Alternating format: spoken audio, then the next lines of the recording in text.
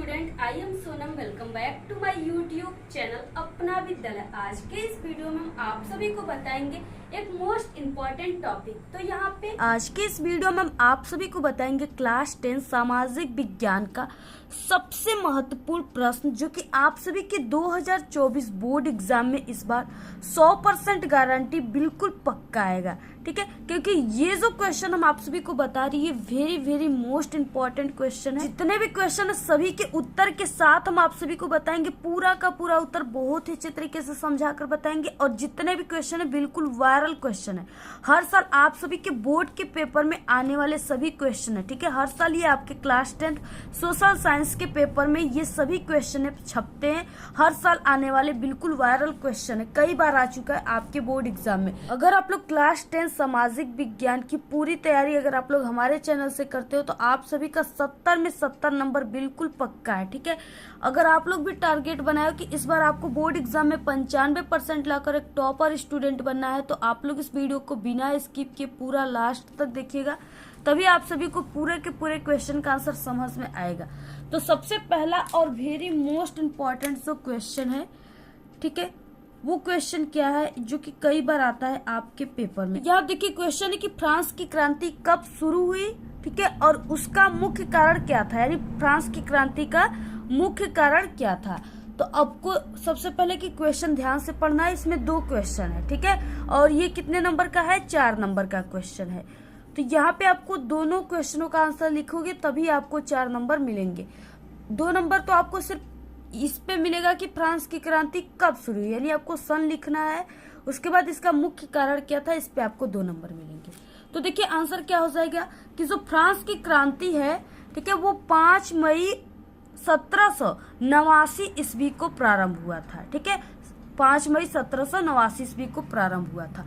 और जब फ्रांस की क्रांति शुरू हुई थी, यानी हुई थी, तब उस समय के फ्रांस के राजा कौन था, ठीक है, शासक कौन था, तो वो लुई 16वां था। कौन था, लुई 16वां। ठीक है, और ये जो लुई 16वां है ये क्या करता था, यानी अपनी फिजूल खर्ची करता था अपने ऊपर, अपने पत्नी के ऊपर। ठीक है, बहुत ज्यादा जो है यानी कि पैसों का खर्च करता था, और जो है ज्यादातर वो राज्य को अच्छे तरीके से नहीं चलाता था, बल्कि उनके सभी पैसों से अपने अच्छे खासे जीवन जीता था। ठीक है, अब इसके बाद क्या हुआ, अब बाद में ऐसे जब सभी पैसे खत्म कर दिए, उन्होंने खर्च कर दिए, तो बाद में देश को यानी वो राज्य को चलाने के लिए पैसों की जरूरत पड़ी। ठीक है, तो अब ये लुई 16वां राजा क्या थे, इन्होंने यानी लोगों पर कर लगाना शुरू कर दिया। ठीक है, और कैसे लोगों पर, गरीब लोगों पे, यानी मजदूर और किसानों से ये कर लेना शुरू कर दिए। अब देखिए जो कर लिया जा रहा है वो सभी लोगों से लेना चाहिए, जितने भी लोग रहते हैं। ठीक है, अब ये क्या किए कि सिर्फ गरीब और किसानों से लिए, बाकी जो यानी कि मध्यम वर्ग के लोग थे, उच्च वर्ग के लोग थे, उनसे इन्होंने कर नहीं लिया। इससे क्या हुआ कि जो फ्रांस के मजदूर वर्ग, किसान वर्ग थे, उनके अंदर, ठीक है, फ्रांस के प्रति यानी कि विद्रोह, यानी जो कर लिया जाता था उसके प्रति इनके अंदर इन्होंने विरोध करना शुरू कर दिया, और यही जो है ये क्रांति का कारण बन गया। तो यही आपको लिखना है कि फ्रांस की क्रांति 5 मई 1789 ईस्वी को प्रारंभ हुई थी। फ्रांस की शोचनीय आर्थिक स्थिति क्रांति का मूल कारण था। ठीक है, अब देखिए यहाँ से सबसे पहले इसमें फ्रांस की क्रांति कब शुरू हुई, तो ये आंसर इसी जगह समाप्त हो गया। ठीक है, सिर्फ एक लाइन में। बाकी यहाँ से अब देखिए कारण शुरू होता है। तो फ्रांस की शोचनीय आर्थिक स्थिति क्रांति का मूल कारण था लुई 16वें की फिजूल खर्ची से राज्य कोष जो है वो खाली हो गया था। ऐसी हालत में शासक ने जनता पर कर भार बढ़ाने के लिए नए कर लगाने का प्रस्ताव किया। ठीक है, जिसका जनता ने क्या किया, हमने आपको बताया, विरोध किया, जिससे जो फ्रांस की तत्कालीन आर्थिक स्थिति थी वो क्रांति का कारण बन गया। ठीक है, जब विरोध होगा तो क्या होता है, वो उस देश में, उस राज्य में क्रांति होने लगती है, लोगों में, ठीक है, युद्ध होने लगता है, यही क्रांति का कारण बन जाता है। तो ये तो था फ्रांस की क्रांति कब शुरू हुई, उसका मुख्य कारण। बहुत वेरी इंपॉर्टेंट क्वेश्चन, आप लोग इसको बिल्कुल रट लीजिए। तो देखिए 1929 में होने वाली आर्थिक महामंदी के 2 कारण लिखिए। नेक्स्ट दूसरा क्वेश्चन है, ठीक है, बहुत ही वायरल क्वेश्चन है ये भी। पहला है यहाँ पे कि उत्पादन की अधिकता और क्रय शक्ति में गिरावट। ठीक है। दूसरा है यहाँ पे विश्वव्यापी आर्थिक संकट का एक मुख्य कारण बहुत से देशों में स्वर्ण की कमी हो गई। देखिए ये जो 1929 में यानी कि ये 1928 से शुरू हुआ था और ये 1934 तक चला था। ठीक है, ये आर्थिक महामंदी यानी देश में गरीबी आया था। इसमें सबसे ज्यादा जो घटा हुआ, ठीक है, यानी नुकसान का सामना करना पड़ा वो किसान लोग थे, कृषक थे, जो कि उनकी कृषि में सबसे ज्यादा गिरावट, उनके जो भी कृषि से पैदा होते यानी फसल जो होते उनके, ठीक है, जो भी है साग सब्जियां, गेहूं चावल ये सब, इसमें सबसे ज्यादा यानी कि इसमें क्या हुआ, यानी ये उत्पादन जो था यानी कि जो फसल होते थे वो ज्यादा होते थे, लेकिन उसको खरीदने वाले लोग जो थे वो बहुत कम थे। ठीक है, अब देखिए खरीदने वाले लोग कम है, फसल अधिक है, तो क्या होगा, फसल का दाम जो है कम हो जाएगा। ठीक है, खरीदने वाले क्या करेंगे, फसल को जहाँ 24 रुपए किलो मिल रहा है वहां वो सिर्फ 10 रुपए में ही लेंगे, 5 रुपए में ही लेंगे। और किसान क्या है, खरीदने वाले लोग कम है तो किसान भी सोचेगा चलो कुछ घाटा हिस्सा लो, लेकिन उसको बेचना तो है ही, ठीक है, रखकर उसको सड़ाना नहीं है फसल को। तो वो अपना क्या करता है बेचारा, यानी महामंदी जब आया 1929 में, तो वो क्या किया, किसान बेचारे क्या किए कि वो लोग कम दामों में ही अपने जो भी फसल है उसको बेचने लगे। ठीक है, इससे किसानों को बहुत ज्यादा नुकसान हुआ। उन्होंने जितना खेती में लगाया था, ठीक है, वो भी उनके नहीं मिल पाया, यानी मुनाफा जो होता है वो भी फायदा उनको नहीं मिल पाया, सिर्फ उनके जो भी लागत थे उसी हिसाब से कुछ पैसे उनको मिल रहे थे। ठीक है, क्योंकि देखिए जो भी गेहूं चावल होते हैं ये विदेशों में भी आयात निर्यात किए जाते हैं। ठीक है, तो अब क्या हुआ, विदेशों में भी आयात निर्यात बंद कर दिया गया था। इससे क्या हुआ कि जो है 1929 में आर्थिक महामंदी का कारण बन गया। अब देखिए उत्पादन की अधिकता यानी बहुत ज्यादा उत्पादन होने लगे और कर शक्ति में गिरावट आ गई और उसके जो रेट थे, मूल्य थे, उसमें क्या आ गया, गिरावट आ गई। और विश्वव्यापी आर्थिक संकट का एक मुख्य कारण क्या था कि देशों में स्वर्ण की कमी, ठीक है, देशों में सोने की कमी होने लगी, इसलिए आर्थिक महामंदी का कारण बन गया। इसी तरीके से आपको पूरा लिखना है। इसके 60 क्वेश्चन, लॉन्ग क्वेश्चन दोनों आते हैं। ठीक है, लॉन्ग क्वेश्चन हम पहले ही बता चुके। आप सभी लोग हमारे चैनल पे जो प्लेलिस्ट बने उसमें क्लास 10 सामाजिक विज्ञान इंपॉर्टेंट क्वेश्चन का एक प्लेलिस्ट है, उसी पर क्लिक करके आप लोग देख लीजिएगा। लॉन्ग क्वेश्चन 100% गारंटी पक्का आएगा। ये नेक्स्ट क्वेश्चन क्या है, जलोढ़ मिट्टी की प्रमुख विशेषताएं। जलोढ़ मिट्टी की प्रमुख विशेषताएं निम्न है। ठीक है, जलोढ़ मिट्टी का निर्माण जो होता है वो नदियों के अवसादों के निक्षेपण से होता है, यानी जो नदी होती है वो अनेक खेतों से, अनेक नदियों से होकर आती हैं और वो अपने साथ क्या करती है, मिट्टी कंकड़ ये सब लेकर आती हैं। ठीक है, और सभी जो है खेत उसके ऊपरी से जो उपजाऊ मिट्टी होती है वही नदी अपने साथ लेकर आ जाती है और जिन जिन खेतों से होकर वो जाती वहां क्या करती है, वो मिट्टियाँ जो है वो इकट्ठे हो जाते हैं। ठीक है, और वही मिट्टी जो है वो जलोढ़ मिट्टी बन जाती है और जलोढ़ मिट्टी जो होता है इसमें कोई भी फसल की जो पैदावार होती है वो बहुत ही अच्छी होती है। ठीक है, यानी काफी उपजाऊ मिट्टी होता है। तो इस तरीके से इसका निर्माण नदियों से होता है, आप लोग समझ गए होंगे इसमें। ठीक है, और यहाँ पे जलोढ़ मिट्टी की प्रमुख विशेषता पूछ रखा था, तो यहाँ पे देखिए यह मृदा पीले तथा भूरे रंग की होती है। ठीक है, पीला और भूरा रंग का ये जलोढ़ मिट्टी होता है। इस मृदा में जल की जो है वो देरी तक ठहरता है, यानी इस मृदा में जो जल होता है वो काफी देरी तक ठहरता है। ठीक है, और बाकी जो मृदा होते हैं उसमें क्या होते हैं, जब धूप होता है यानी कि बारिश हुआ, अब इसके बाद क्या हुआ, धूप आने लगे तो अब उसके बहुत जल्दी उसके पानी जो है वो उड़ जाते हैं वाष्प बन के। ठीक है, जिससे जो खेत होता है उसमें सूखा पड़ने लगता है, जो भी पौधे आप लोग लगाए वो सूखने लगते हैं। तो और ये जलोढ़ मिट्टी क्या है, इसमें अगर आप लोग एक बार सिंचाई भी कर दिए तो ये क्या रहेगा कि यानी कि 5-6 दिन तक ये सिंचाई बिल्कुल बना रहेगा। ठीक है, बिल्कुल मिट्टियाँ जो रहेंगी वो गीले रहेंगे। तो इस तरीके से इसमें यानी कि जो जल है वो देरी तक ठहरता है। नेक्स्ट है जलोढ़ मृदाओं पर गहन खेती की जाती है। ठीक है, यानी काफी घन खेती किया जाता है।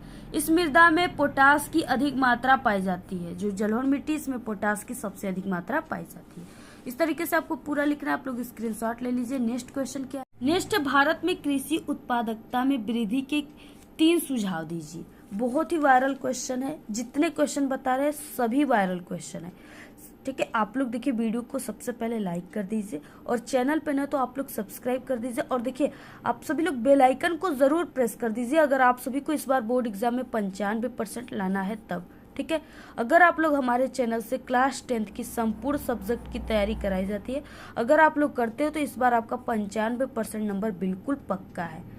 तो आप लोग अभी से हमारे चैनल से पढ़ना स्टार्ट कर दीजिए और डेली वीडियो आ जाती हैं, आप लोग डेली वीडियोस को देखिए, ठीक है। आपका 100% गारंटी, 95% बिल्कुल पक्का है।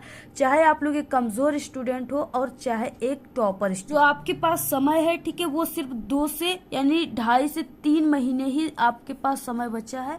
और अगर आप सभी लोग आज से अच्छे से पढ़ना स्टार्ट करते हो, ठीक है, तब भी आप सभी का 3 महीने में आप लोग बहुत कुछ सीख जाओगे, बहुत कुछ आपको याद हो जाएगा, ठीक है, और आपका अच्छे % भी आ जाएंगे। लेकिन अगर आप लोग आज से पढ़ना स्टार्ट नहीं किए तो आप लोग जब एग्जाम आएगा तब आप लोग पढ़ोगे, तैयारी करोगे, ठीक है, तब अगर आप लोग चाहोगे कि हमारा यानी कि 85-80% अच्छे तरीके से आ जाए तो आपका, ठीक है, कभी भी इतने पढ़कर आपका नहीं आ सकता है। इसलिए आज से ही आप लोग पढ़ना स्टार्ट कर दीजिए।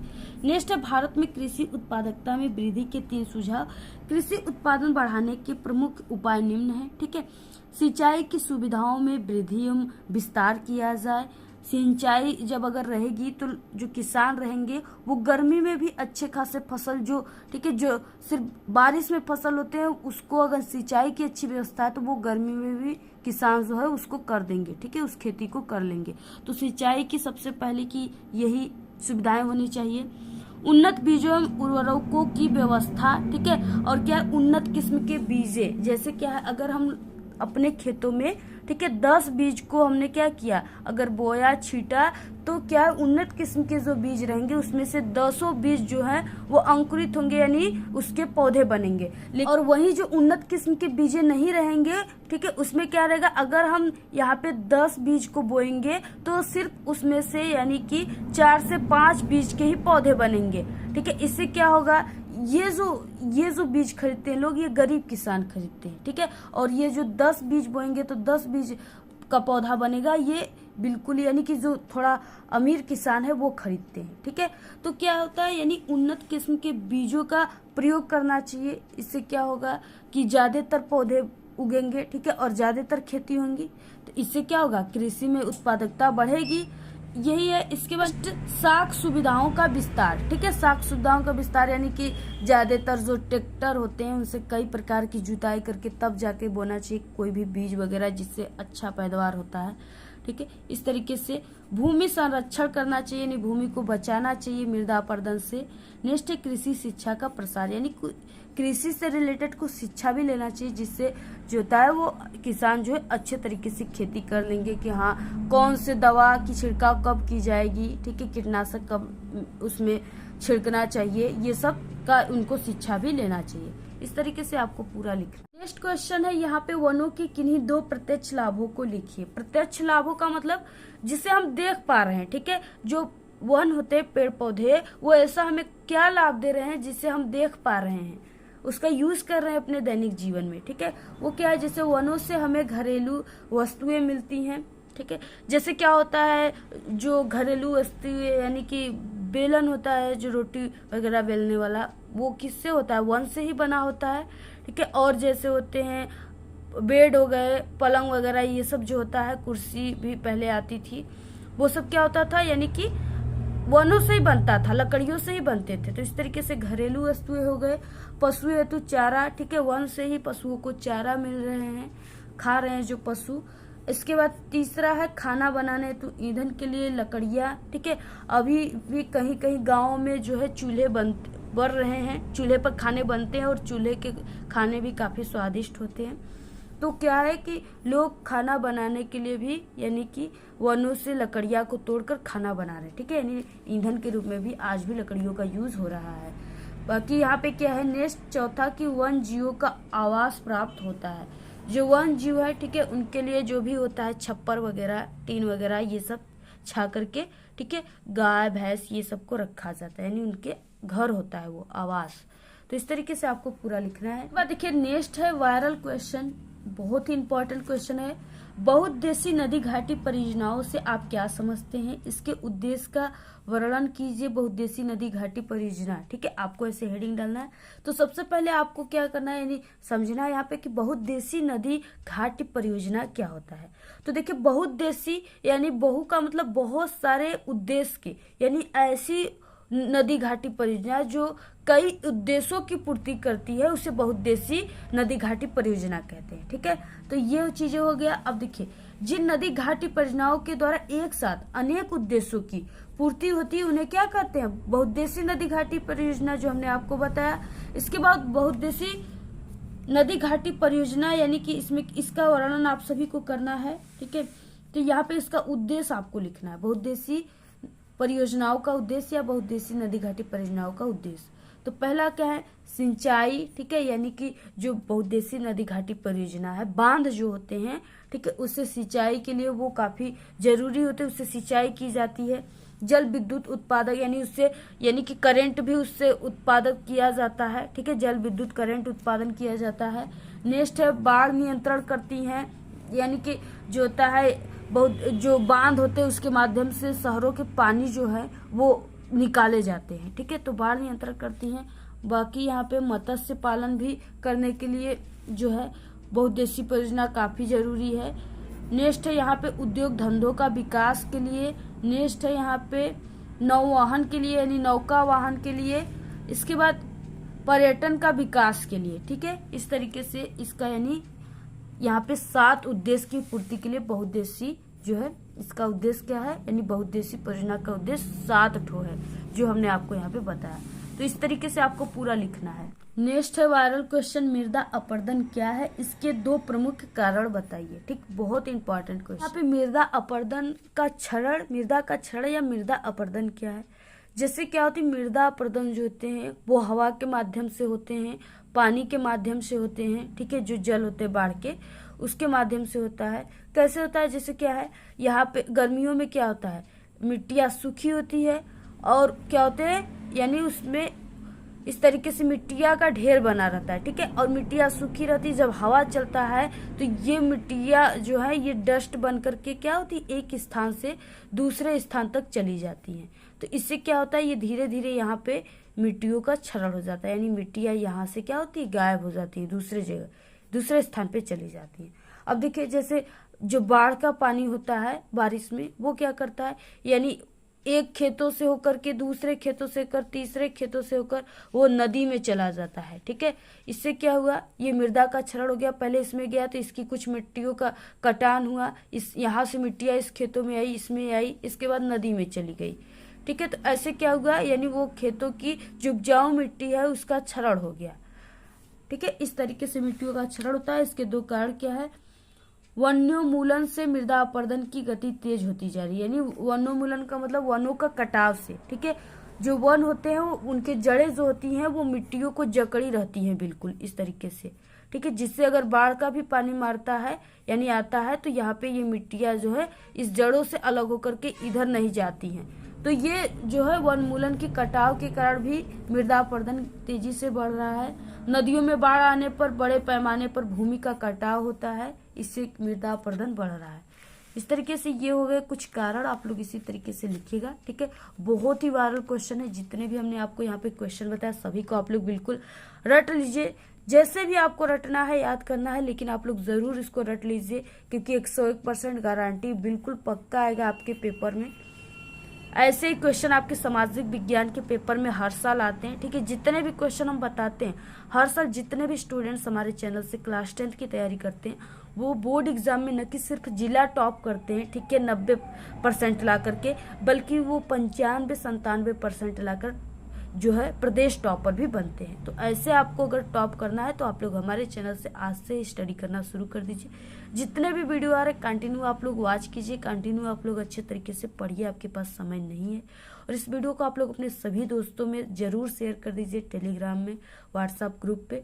ठीक है, और अगर आपको इस वीडियो का PDF चाहिए इंपॉर्टेंट क्वेश्चन का तो आप लोग हमारे टेलीग्राम चैनल को ज्वाइन कीजिए।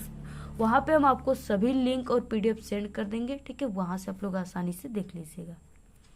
तो आज के इस वीडियो में सिर्फ इतना ही। आपको ये वीडियो कैसा लगा? अगर वीडियो पसंद आए तो एक बड़ा सा लाइक कर दे, चैनल पे नए तो सब्सक्राइब करके बेल आइकन को जरूर प्रेस कर दे। Thanks, all the very best, bye bye.